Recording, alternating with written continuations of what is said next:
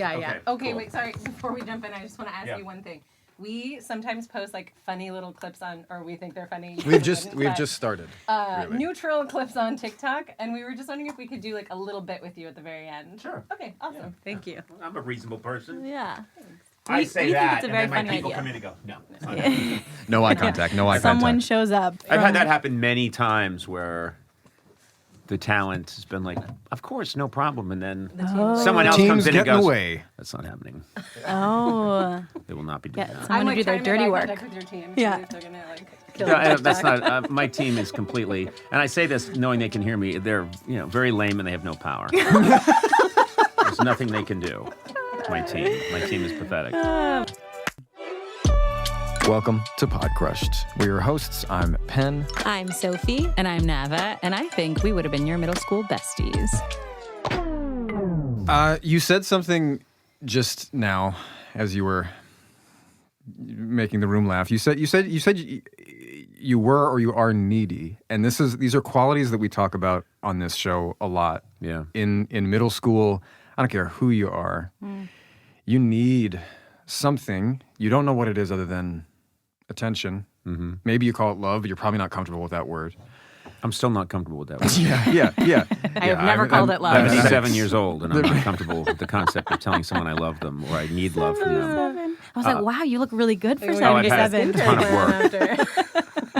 When Penn first met me, he was just stunned by the amount of work I've had done and how bad You it could tell is. right away, yeah. I went for the least expensive Yeah, you got to plastic find surgery. a new guy. Now, you can't beat this guy's prices.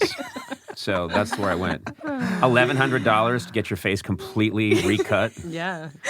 Well, first of all, I'll tell you the title of my podcast is Conan O'Brien Needs a Friend. That's right. Which is a joke, but also not a joke. Yeah. But also a joke. So it's one of those things that just kind of flips around. But there's an inherent need to please. I'm always really admire people that are not needy. I don't know how they... You know the way you meet those people that just...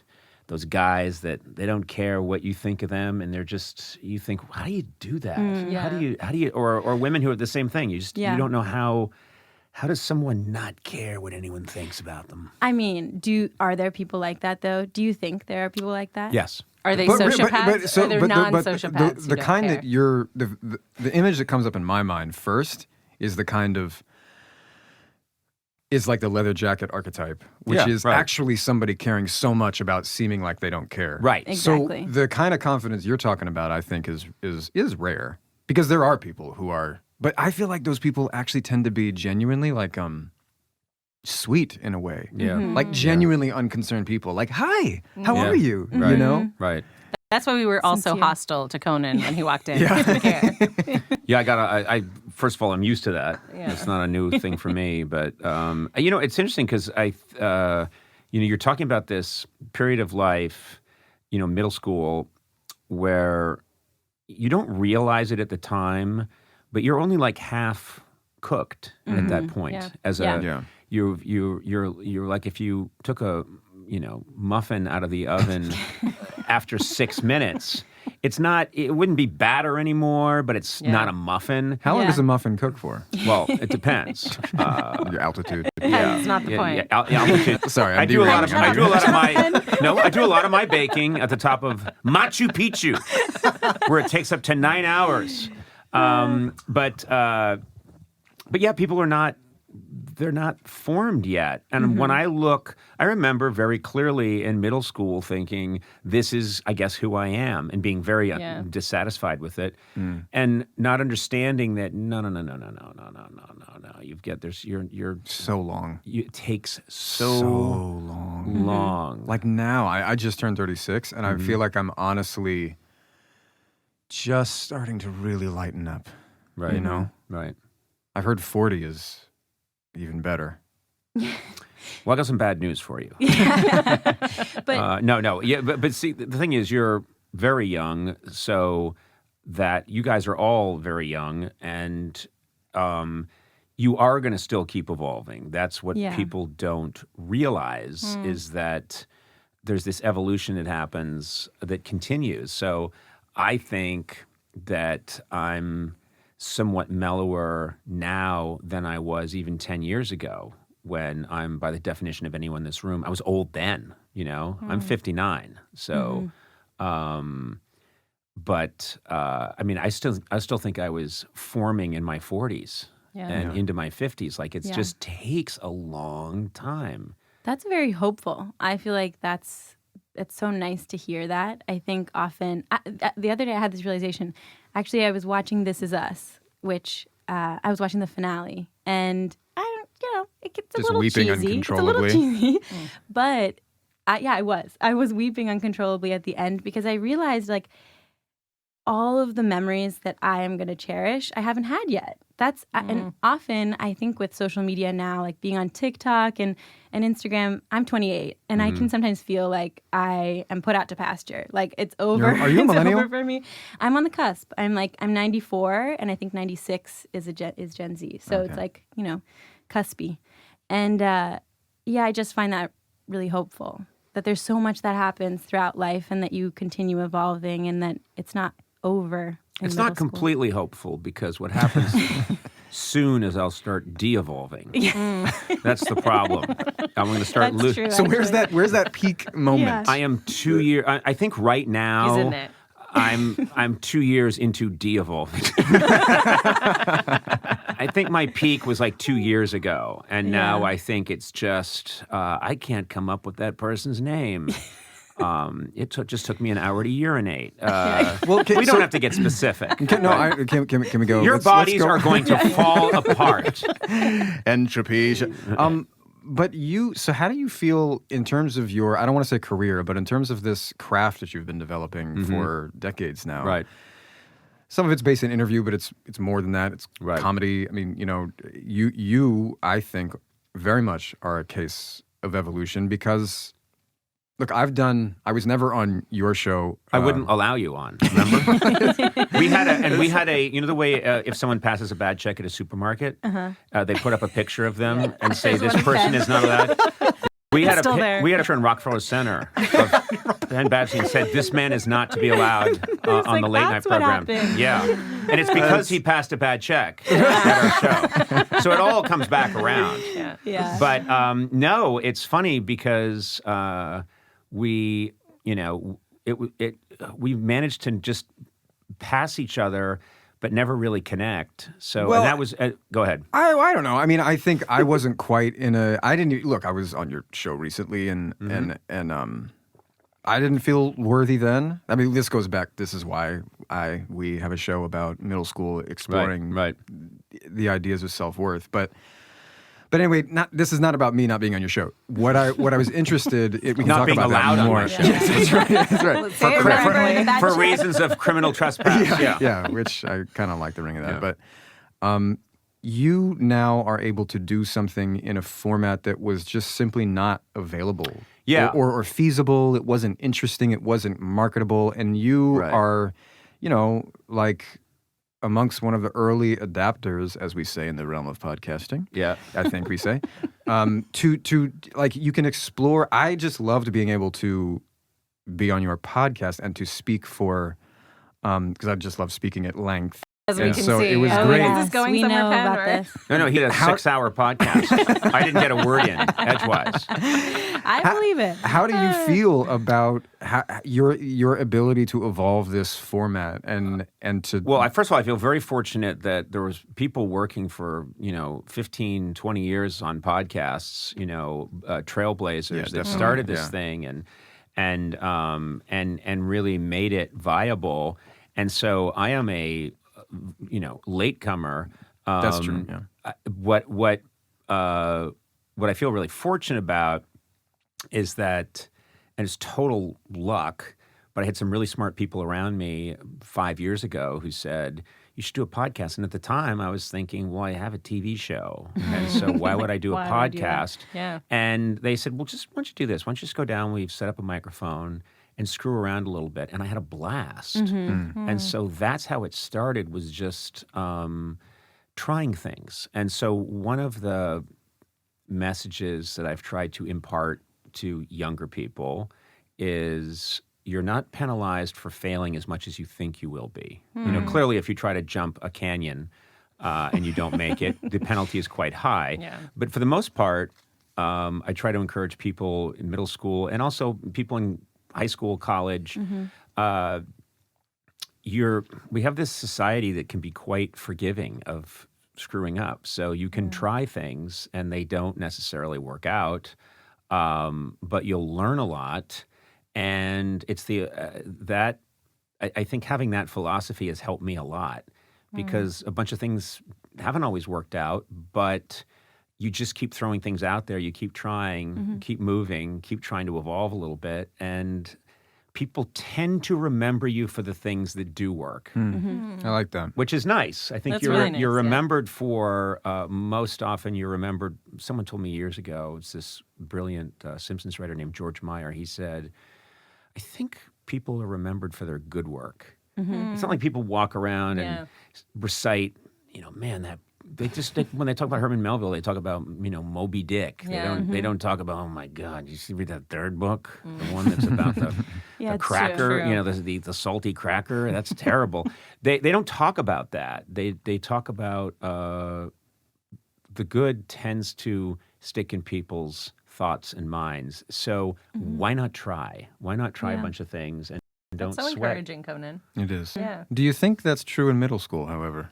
Because it does seem to be a bit inverse. Well, the thing in middle school, I think, is people feel like everything, any mistake. Yeah, you're hyper aware. Yeah. You're hyper aware and you're so self-conscious. And so you think, oh my God, I just destroyed my life. Yeah. I just destroyed my life because I embarrassed myself in front of the class or I screwed up and I'm done. And I remembered feeling that way all the time when I was young. Like, I am done. Yeah. I am. And I remembered, I'd be like, there are 15-year-olds who are like, well, it's over for me. I remembered I knew a kid in middle school who thought that he had peaked in fourth grade. And it was like, and it was like true. 3 years later, and he was like, remember me in fourth grade? Like And I'd say, like, looks-wise or yeah. his comedy? He What just was it? thought that he had hit it. He was really cool. He was new to the school. Everyone thought he was a great guy. And then he thought, fourth grade. And I thought, oh my God, to think that was your peak? Yeah. And I think somewhere, I swear to God, this guy now who's my age, is wandering around telling people, fourth grade. Man. Should have seen me in Fourth grade is a good year. Wait, Well, Conan, I yeah. want to, just because you brought it up, and a question that we love to ask anyone who comes on the show is to share an embarrassing story from middle school. Do you have any that you can share? Have any? That's like Can you Choose narrow the it best down at one. all? I'm trying to narrow it. I'm trying really hard to narrow it down. I remember in middle school, I was very interested in comedy. I was very interested in performing. And so a friend of mine and I, some friends, I'll shout him out. Jake Fleischer was my best friend. And we decided, because he was interested in the same stuff, we decided we were going to write a play. And it was actually a musical. Now, we didn't write the music. We just took existing tunes and wrote So you wrote the pilot of Glee. Exactly. Yes, we did. It was, and I'm still suing the Glee people because I think they ripped me off. But so we did this. We wrote this play, and I think the play total length was maybe 18 minutes. But Wow, that's actually impressive. Was it all songs? No, it was a dialogue, and we were two. It was so ridiculous because my friend and I, we wrote this thing that was really just based on, at the time, only old movies were on TV because it was a different era. And so we wrote this thing about two guys who are down on their luck. And they meet up and they're like, hey, I like the cut of your jib. And the other guy's like, yeah, you look like you've got the skinny. Hey, let's form up a team. You bet. Dun, dun, dun, dun, dun. We're gonna do the best we can, whatever. And it's like, the year was 1974 or something. And we're writing this bullshit thing that feels like it's from 1920.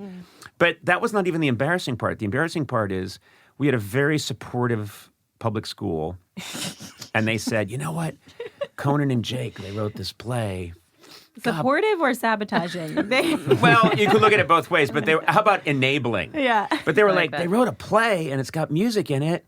God bless them. We're going to let the whole school come see it. Ugh. So, big school. This is the Michael Driscoll School in Brookline, Massachusetts. Big auditorium. Everybody got out of class Oh my to come see this play. Oh my gosh. Like a special performance. It wasn't, This was like it a wasn't special talent thing. show or anything. And it was like, just you for know, guys. hey, some kids wrote a play and it's, you know, And it was just the two of you. and it was just the two of us. Okay. Jake and So, Conan. I'm not even at the embarrassing part yet. This is the best part. So we go to the whole school's there, and I remembered us being backstage, and you can hear the crowd out there, and my gosh. this is exciting. And so it was a 2-act. You know, there was one act, and then the curtain comes down, like, we're going to give it our best shot. Dun, bump. Curtain comes down, and then you see what happens when we fall from grace in the second act. Keep in mind, again, the whole play is maybe 18 minutes. So we're out there for 9 minutes in the top. The curtain comes down. The curtain goes back up again, and we do the second 9 minutes. And that's the show. I had just recently, for the first time, been to New York, and my parents had taken me to a Broadway show. And I, like a total ass, timed the intermission. Oh no. And said, wow, I timed the intermission on Broadway, and it was actually 25 minutes of intermission. And so I remembered very clearly talking this down the day of the show, and I said, right, the curtain will go down after the 9 minutes. And then Jake said, yeah, and then we'll just, change to our different hats, and the curtain will go right back up again. And I went, no, Jake. A true Wow. intermission is 25 minutes. And he went, 20? What do you mean? I said, it's 25 minutes. Jake had some sense. We had no scenery. We had no costumes, really. There was no changeover. Nothing had to happen. But I was such a dick. I was like, I'm telling you, I've been to a Broadway show. So we did this 9 minutes of bullshit thing. The curtain comes down and kids are out of school. They're happy. Yeah. And they're like, hey, all right, whoa. We're backstage. 5 minutes. 10 minutes. And you can hear people people- are thinking, what is going on? And then 25 minutes, curtain goes up, and people were pissed. I'm amazed they stayed. You're They had pissed. to. Yeah, they had to stay. school. And so afterwards, we're like, thanks, everybody. And then we're wandering around. The Michael Driscoll School playground afterwards, waiting just to be congratulated. Right. And I remembered kids coming up, and they were like, what the fuck? What were you doing for 25 minutes? And I said, it's called an intermission. It's showbiz, Yeah, baby. yeah. And then I remembered teachers coming over and going, can we talk to you for a second? What were you doing for 25 minutes? Nobody came up you- and You were said, like, writing listen, the kids. second No, act. I think they, no one knew, and there was very much like, well, we assume that they're building this incredible set. They're doing something. The curtain comes back up again, and we've done nothing. different act. Nothing's done. It's like if we stop this podcast right now, and I said it's time for the intermission, and we just sat here like idiots for 25 minutes, and then came back.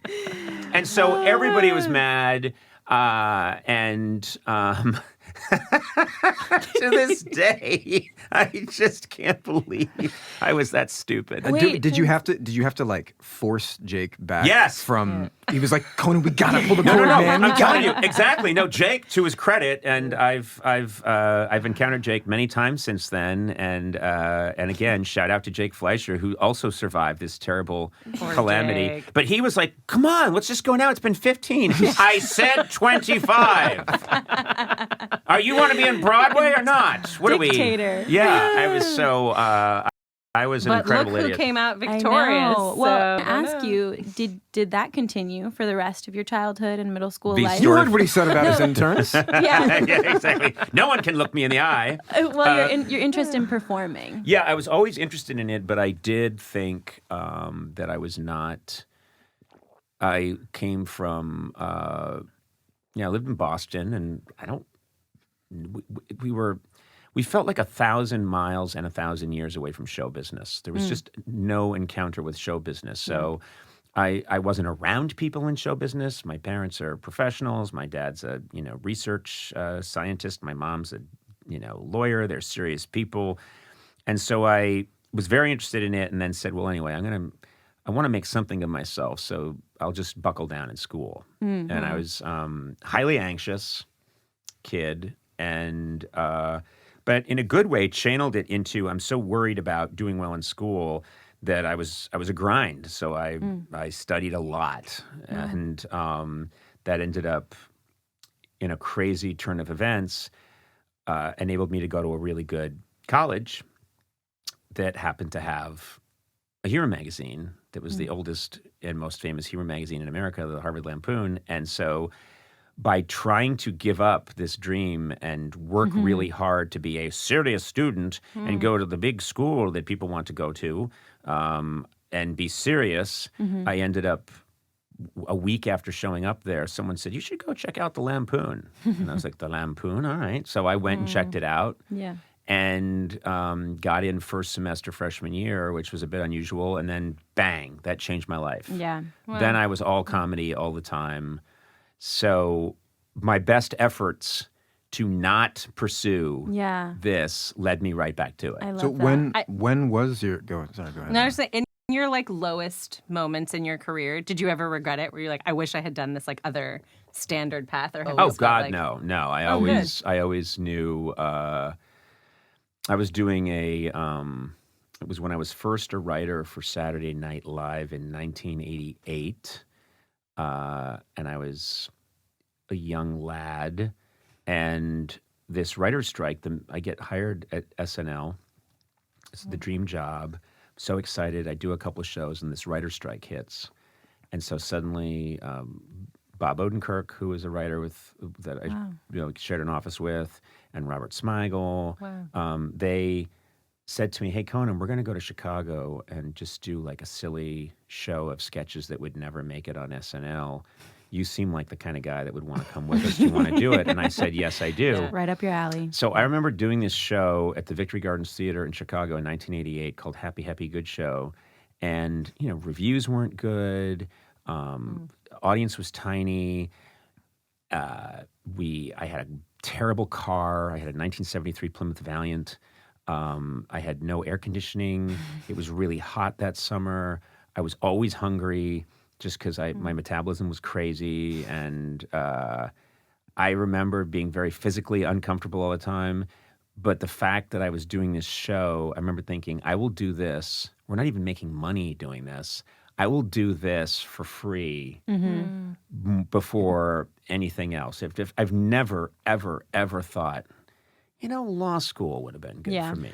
I think I would have been a terrible lawyer. And, So what were you trying to? You said a moment ago, giving up the dream. So what? When did that dream form, and then when did you feel like you had to turn away from it? I think I was very interested in.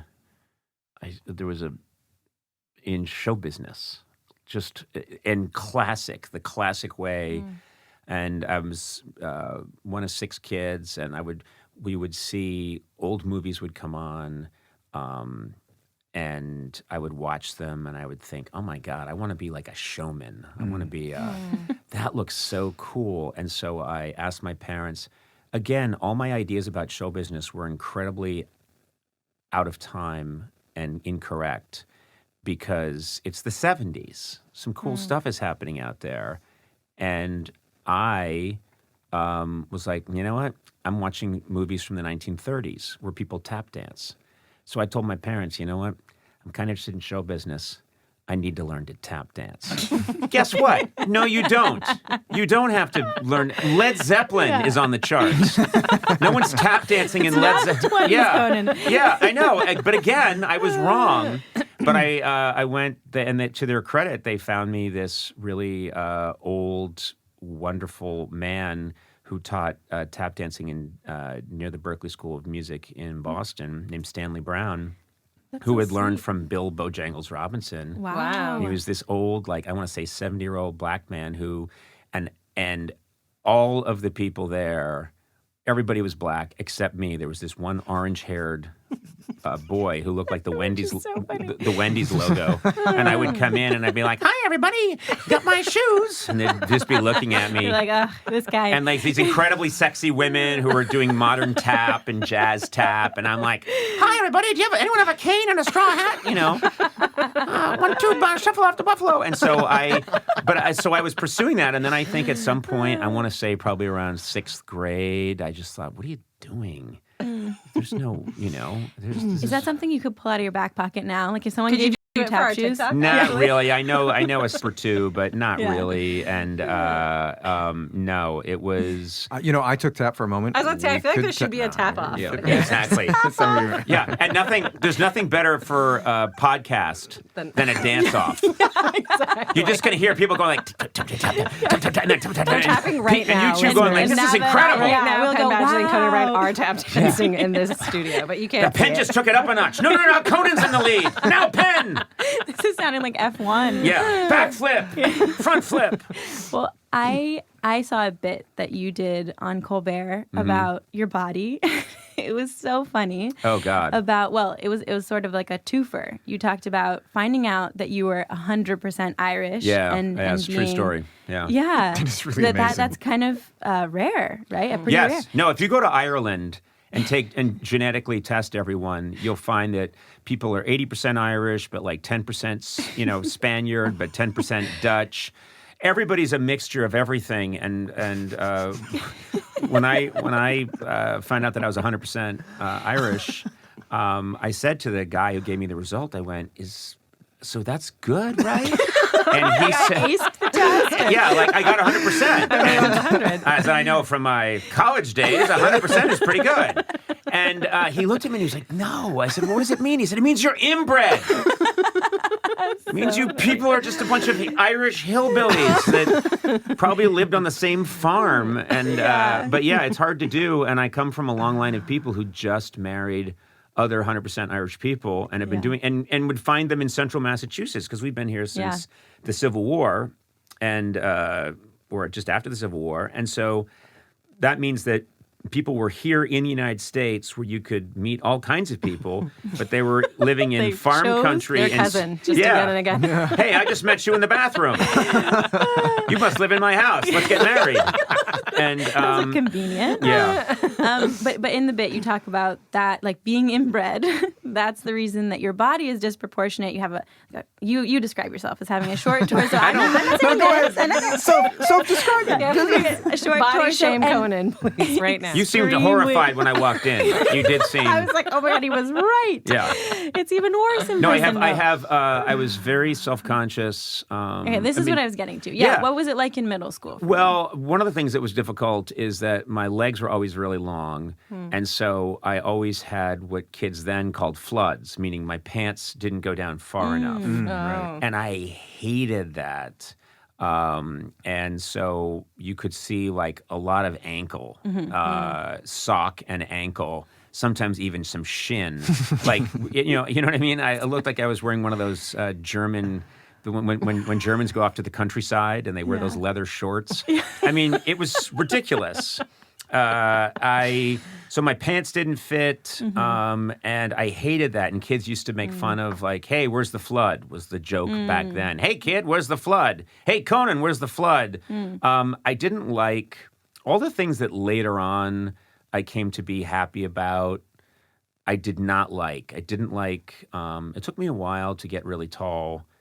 That didn't happen till later, but I did not like my clothes. I didn't like having an interesting first name. And I didn't like having red hair. I really didn't like having freckles.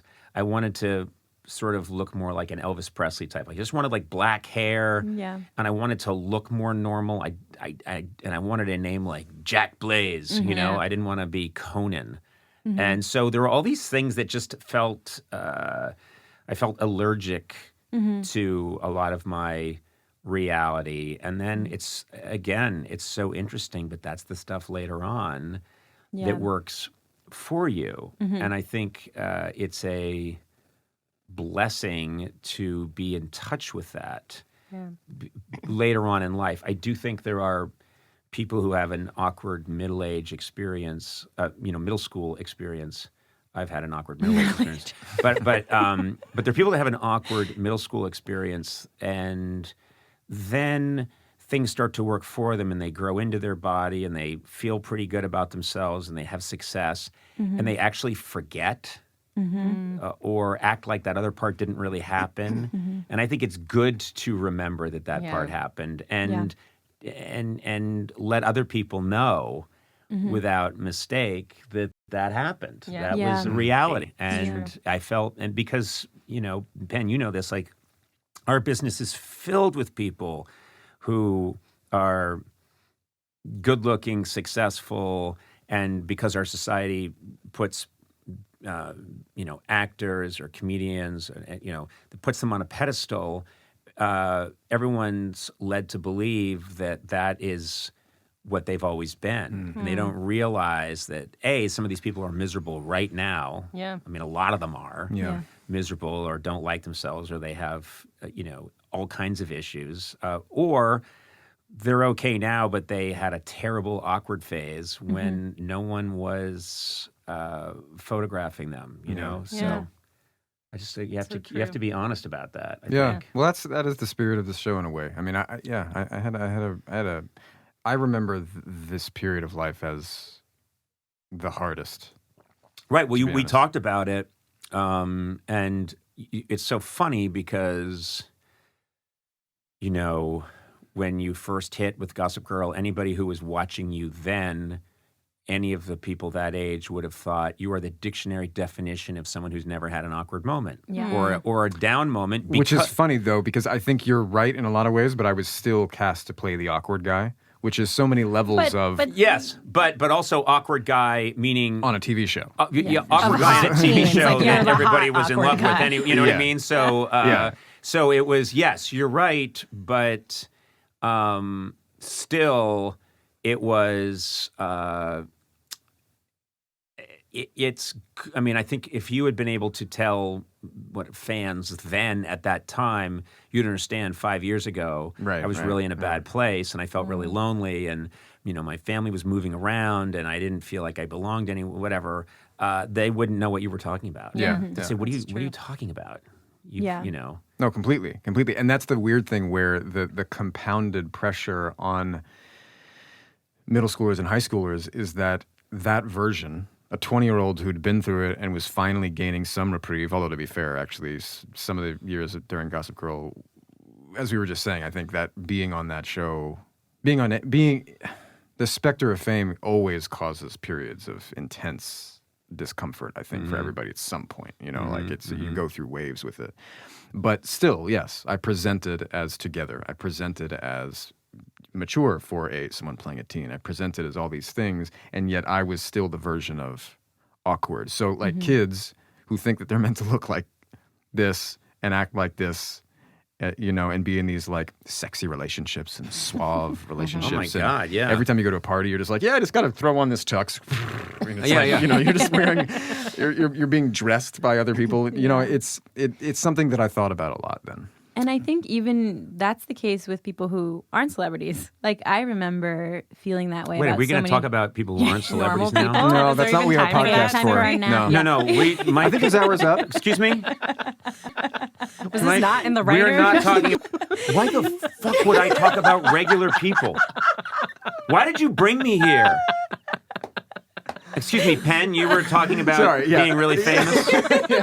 Jesus, let's keep this thing on track. Let me talk about Gossip Girl. Anyway, go ahead. Yeah, I remember feeling that about my friends, and I'm sure, well, I know actually. So recently I reconnected with a friend from high school, and we had fallen out, and I couldn't remember why. And so I just reached out to her. I was like, what happened? Why did we fall out? Big mistake. Never write to Never somebody ask. You? from years ago and ask why you fell out. No, it actually ended up in a really sweet connection between the two of us. But one thing that we realized was we both felt like the other person was so confident, so aware of themselves and sure of themselves. And we needed to take time apart from each other to be able to feel that on our own. but we both felt that about the other person. Right. And we just never talked about it. I think that's the other thing that's exacerbated now by social media, and is that this is not a new point, but it is everyone's always putting out there the best version of themselves. So everything's curated. I mean, photos are curated, experiences are curated. No one's posting. Just got dumped, or I'm here in a bad restaurant and they won't wait on me, or everything is That's what TikTok is for. Yeah, exactly. Everything's a peak moment. Yeah. Everything's a peak Yeah. experience, and so naturally, when people scroll, they get depressed because they are having this sense, this FOMO, this sense that everyone else is living this amazing experience, which isn't true. I still feel, being so conscious of that doesn't help that feeling, by the way, which is interesting. Right. I feel like when I get on social media, I'm immediately plunged back into that dynamic. I really imagine everybody being better than me. And it's like, that's not how I feel all the time. It's just now, it's like that. You usually feel like you're better than everyone else, right? Generally, so it's a strange. generally speaking. Yeah, that again, Penn and I are on the same page. Yeah. It's like, We well, both think we're the best versions of a human being. There's also this other weird thing You're that's happening. 100%. I'm 100%. True. So you are, in a way. Exactly. There's also this other weird thing that's happening where not only are we comparing ourselves to the other people we see on social media, but we have created now over the last 10, 15 years this archive of our own lives. And a lot of it is not real. Like if people are using filters, if they're editing their pictures, and even if they're not doing any of that, if they're just taking pictures of the most beautiful moments, the times when they're the happiest, then when you look back on your life, you're comparing your current state to a state that didn't actually totally exist in reality. So it's. Do you have that thing where on your phone, I have an Apple phone and an iPhone, and you won't expect it, but you'll just get up in the morning and you brush your teeth, whatever, and then you grab your phone, and it's curated this little music video for you. Yeah, of your memories. life. Memories. And memories. It's and amazing, actually. And it is absolutely amazing, but I'm not ready for it ever. I'm just like, I just got out of the house and I'm just going to look down at my phone, and all of a sudden I hear this incredible song, Sound of Silence or something. Hello, darkness, my old friend. And I see, oh my God, I'm in Bermuda. I have come to talk with you. Oh my God, my wife is beautiful. Oh my God, my children are so young. We're carving pumpkins. And I'm not ready, and it's this huge emotional rush. And I think there's no lead in to it. So interesting. There's never, and I just always put the phone down and go I guess it's over now, but it was a great life. Exactly. Conan, speaking of things you're not prepared for, we actually dug up, one of our producers dug up a clip Let's put it on that her. we want to play for you. Hi, I'm Conan O'Brien, and here we are with Kate O'Brien, the softball star. Hey, Kate, how you doing? Pretty good, pretty good. Hey, Kate, I understand you're on the softball team, your freshman year in high school. Yeah, I was out there in the outfield, left, center, the whole bit. What do you consider your specialty in the field? Oh, just about everything. I hear you're pretty good. Oh, a lot of people have heard that, They've heard it mostly from you, I hear. That's me that's my sister Kate. Hey, Kate, that's my sister Kate, and that is a little home movie that I think my dad took, and that brings back so many. You can already hear that I have like a little tape recorder, and I just want to be funny. Yeah. Hey, but also You are doing the voice. I'm doing the voice. Actually does do that. No, but I'm telling you, I'm like, yeah. But also, there's this Boston accent that went away. I didn't try to make it go away. It just went away. But that does sound like footage from like a Depression era, 1931. Like a transatlantic accent. Yeah. But isn't that crazy? That's so sweet. Yeah. That's such a sweet moment. No, that's incredible. That was from, I'm going to say that's early 1970s, and I'm probably I don't know, 10 years old or 11 years old. But I do sound like a kid who grew up or who's a child in the Depression. Fully. You'd actually discovered time travel. Even the tape quality Visiting us from the sounds. 30s. Yes, I mean, I know. It's ridiculous. It's amazing. And I'm being a little wise guy, and I'm working on my timing and my patter. But yes, that is a prime. That's a great clip to play because that guy doesn't know what he's doing. You sound But I love the very little confident. laugh at the end. That was my favorite, the little ha-ha Yeah. at the very end. Woody Woodpecker. Yeah, they had mostly from yourself. Nah. That's me putting a laugh in case there is no laugh. Yeah, that's your laugh track. You know what I should do? I should have bases. done that throughout my career. Whenever I made a joke. And then anyway, but if you ask me, that's more like Bill Clinton. Nah. Just in case there was no laugh. So you were interviewing your younger sister. Yeah, I have two younger sisters. That's Kate. I have another younger sister, Jane, but that's just me doing a stand-up interview with my sister, Kate, who was quite athletic. And so I was interviewing her about all the different sports that she likes to play. I love the banter between you two. It was really Yeah, cute. what's nice is my brothers and sisters are really funny. They don't, I think they're proud that I've had this success, but they don't really care, and all of them put me down all the time. Really? In a good way. No, Yeah. that's helpful. And That's healthy. Yeah. Yeah, well, That's good. I think it's verges on abuse, but it is healthy, and my kids are like that. They're just they roll their eyes. My career is, I think, on some level they're proud of it, but they're it's not a big part of their life or their world. And when I do something ridiculous, they let me know how stupid that was. And I think that's good. It's just this loving gravity. It's like it's a kind gravity that just keeps you like a weighted blanket from spinning out of control. My siblings are like that too. They definitely keep me humble. But you're one of 6? Yeah. Wow. And so what was that like growing up, one of 6? Did you do a lot of Crowded. stuff like that with your siblings? Like, Yes, did you did a guys lot do of plays and we things did like that? we did a lot of fake fighting. I used to love and real fighting, but a lot of fighting with my brothers and a lot of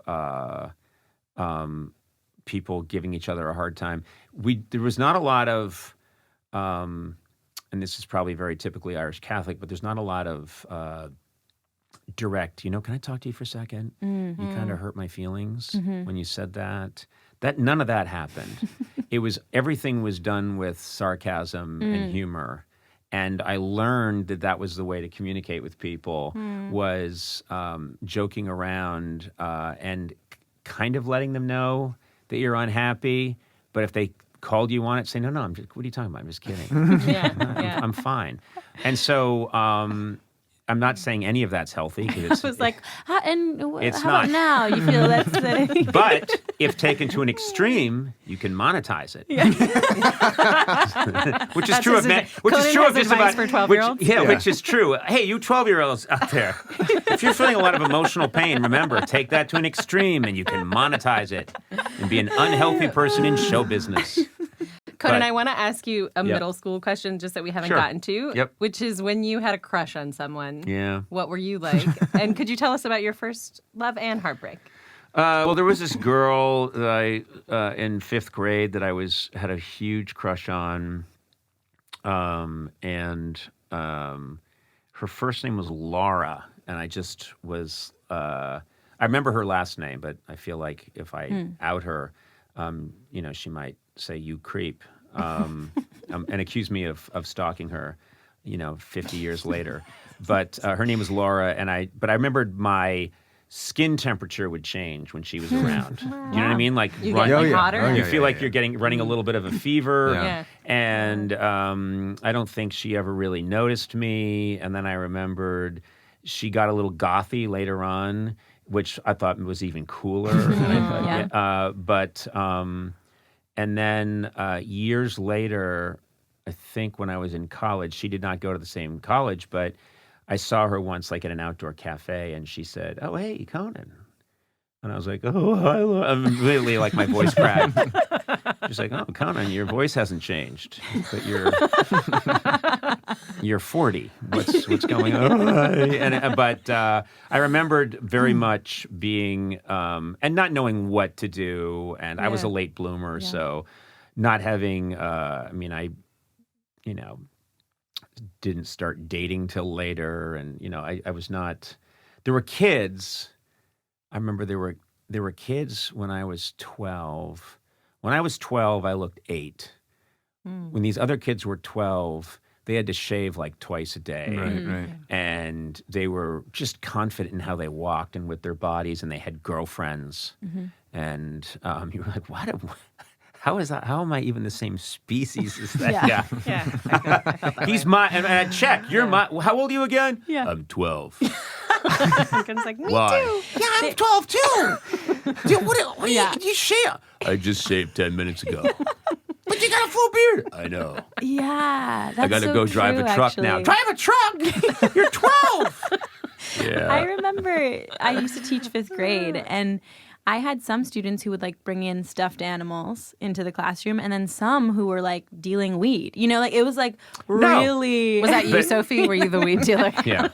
No, but I think that No, just for legal purposes. It was the not me. disparities then are mind numbing, and then there are kids that are just ready for things, and other kids that aren't ready for things, and I have 2 kids, and I remember my goal for them, and I would talk about it with my wife, was I'd like them to grow up slowly. Like our job is to make sure they grow up as slowly as possible. Yeah. I want them to love be that. excited about Christmas for as long as possible. I want them to be kids for as long as possible, because all the other stuff will come, the disappointments and different kinds of pain, but let's just see how long we can.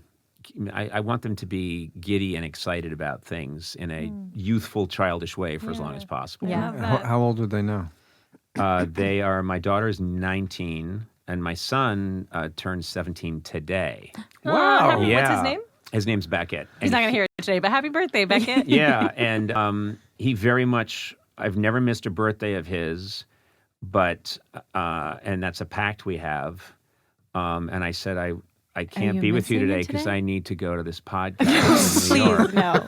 And he said, well, is it a podcast you could do another time? And he said, Absolutely I said not. no. I said, Absolutely I not. told the most Penn, important I told part of Penn my Badgley I'd career. do it. And he said, you're clearly joking. And I said, I'm not, and I'm leaving you right now. This is so I flew here, and my wife says that he's despondent and won't come out of his room.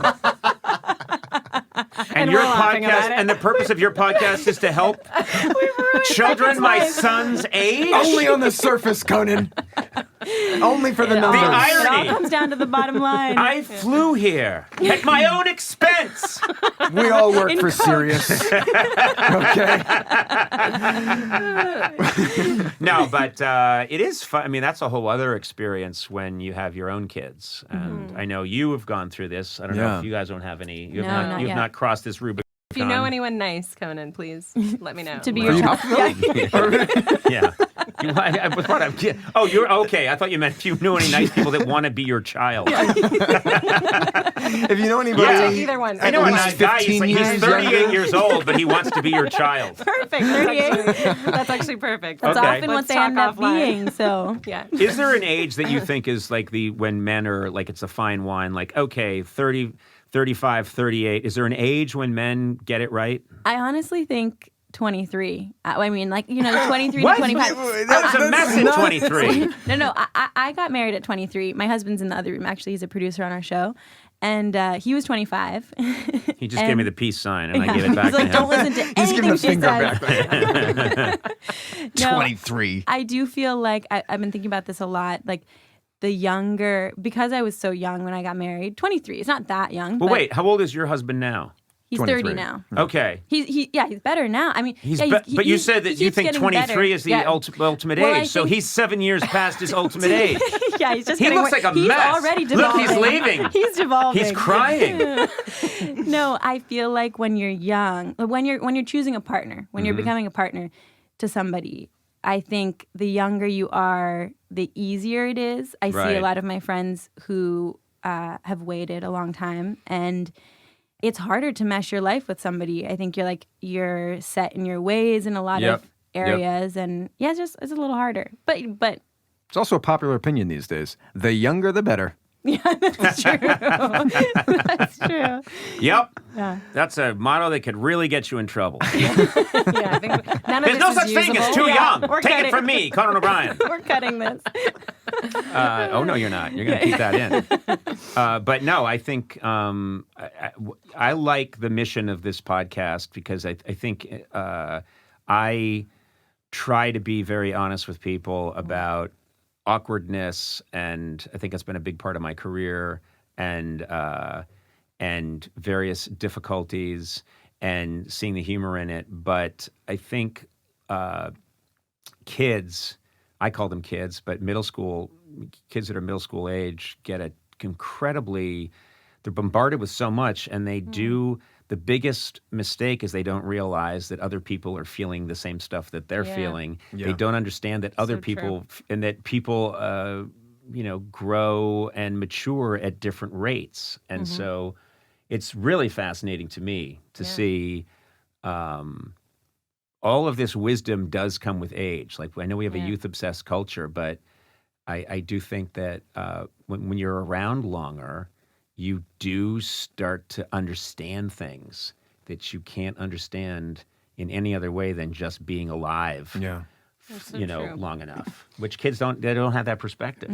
It's totally true. So our podcast is called Podcrushed with the ED, and the reason sort of initially was idea Just was like, marketing. let's take the sting out of rejection. It looked good on a t-shirt. Yeah, it would just look better than Podcrushed. No, like take the sting out of rejection. Like send us your stories of like a time in life that you were like crushed by something, because that's universal and you'll get past it, and one day you'll even like laugh about it. That was like our initial premise, and I think that we've seen that it's true. No one escapes it, and also sometimes that's like character building, and it's actually important Always. that we have those moments. Yeah. Actually, So be mean to each other to help each other's characters develop. That's our... Well, I realized the reason I said David was in his prime at 25 was because he really went through an ugly duckling phase for most of his life, and then he came out of it. Does he like you telling this story? Yeah. He'll love this. He came out of it. He became, handsome and funny around in his 20s. Was he hit by lightning? But but he didn't. It was like he still had the feeling of I'm not cute. I still have to do stuff to impress people, and it's at that like key point where you've changed, but you still have the mindset that you haven't. That you are in your prime. I think a lot of it is confidence, and confidence comes with time. Now, as I said earlier, some people have it at a very early age, but it took me so long to build up my confidence. Yeah, it just felt like it took forever. Yeah. Conan, I want to be respectful of your time. We have a classic question that we ask to close, but I want to like slip in one more. Yeah, we're good. Don't worry about it. So I know, because I was able to sit in on your interview with Penn, that you are a Gossip Girl stan, and I want to know. Stan seems like a. I feel like Conan was a stan, but Well, what happened was my kids discovered the show, the original show, like 2-3 years ago, and we just started. It became that would be the thing that we would all watch together as a family because it was kind of fun, and there were elements of the show that the whole Chuck Bass character was so hilarious to me and to my kids that this person who's basically like 15 years old is drinking a scotch and wearing a smoking jacket and telling a man in his 50s, "You're through at Bass Industries. I bought out your controlling share 15 minutes ago, and the board has seen you out. Good day to you, sir. You're done. There's a plane waiting for you on the tarmac." And you're like, "What? I can't do that now." So we started watching it, and then I never do this because I get to interview all these, really cool, great people. I never ask, but when Penn did the show, I said, "I hate to do this, but can I get a selfie with you?" No. And tell him what I said. What did you say? No. He said no. Wait, and he really? shut me down. Yeah, and then he said, "Don't." Did you not take a selfie? No, of course. No, Yeah. he said no. So I I said, I never do this, but can I take a selfie with you? And he was like, "Oh yeah, sure." Of course, he was really nice about it. And I took it and I sent it to. We have a group chat for our family, which is just my wife, myself, my two kids. and I sent it. And they were all flipped. That's so like, That's really and amazing. it's just really funny because sweet. it was just this moment of that's been something we've bonded over. So it's Yeah. really fun. I think as a family, you should start watching the one where I put people in cages. That's the next. You know? Once Beckett graduates. Yeah. Yeah. Anything that encourages people to masturbate in a public space. Penn loves to. You want to tell that story again? No. But I did want to ask you. So, as a Gossip Girl fan, what did you think of the reveal that Penn Badgley / Dan Humphrey was Gossip Girl? Well, thanks for the spoiler. That's the one thing. Did you know that? No, I did know I that. was like, oh no, they ruined it. No, I did know that. The only thing that blew my mind is it's not something I saw coming, but No one did. but The writers didn't. no, trust me. Also, if you go back and look at all the episodes and try and see how someone would have, Yeah, it's not. That's it not doesn't. possible. It is not at all possible. Yeah. So I just thought, like, okay, I see what they were in a corner, and so why They not? wrote their way out. They wrote their way out You have to. beautifully. I mean, what show isn't in that position at some yeah, point? exactly. But I think it's cool that you go down. Actually, now I agree. Like, as a person who was somewhat transparently, publicly, maybe inappropriately sometimes shared about the resistance and conflict I had of being on a show Right. like that, or just always kind of being in the public eye.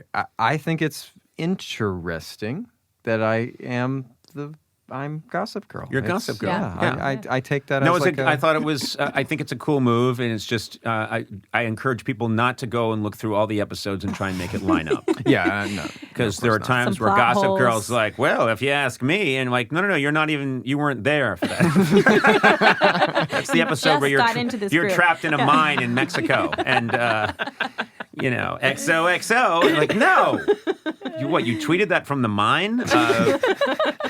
Now people are going to go looking for the episode where you're trapped in a mine. part of me wants to just for the enjoyment of the real stands out there to re-record the Gossip Girl voiceover, which Kristen Bell did so iconically. But it's interesting that I've now done a somewhat comparably iconic voiceover show like this show that I'm on now, and then to do Gossip Girl in my voice. Yeah, That would be Should we do it? amazing. Should we do it right I mean, now? if they have $10 million, How much time? He's gotta get if paid first. Yeah, I mean, He's got to Nora, get paid. can you come in for a moment?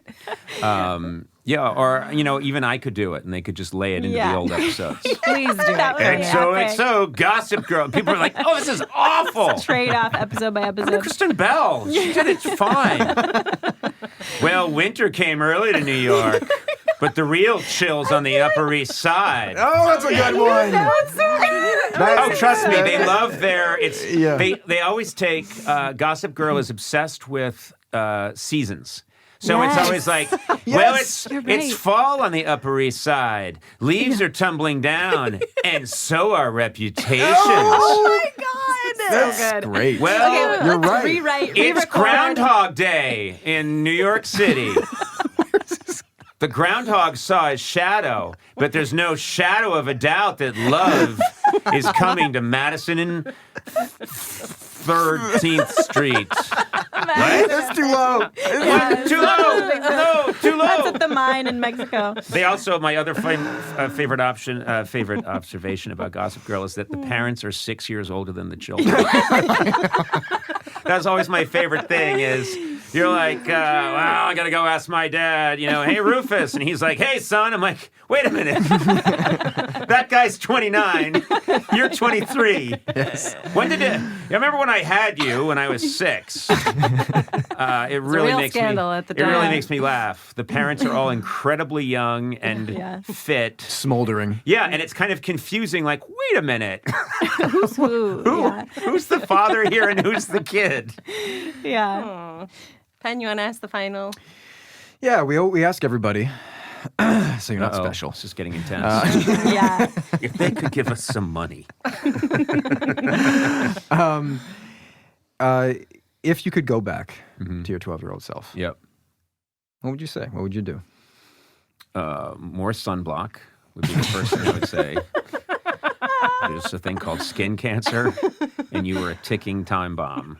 I would say, it's funny because they do encourage you in some therapy to really picture yourself at that age and what would you say to that person. And mine would be, it's all going to be good. It's all going to be fine. You're freaked out right now. You're anxious. Trust me, things get better. It's going to be okay. And I would have loved to have heard that. I've been, if I could have appeared to myself, I would have been, the kid would have been frightened. Yeah. Just be like, when did I become an older woman?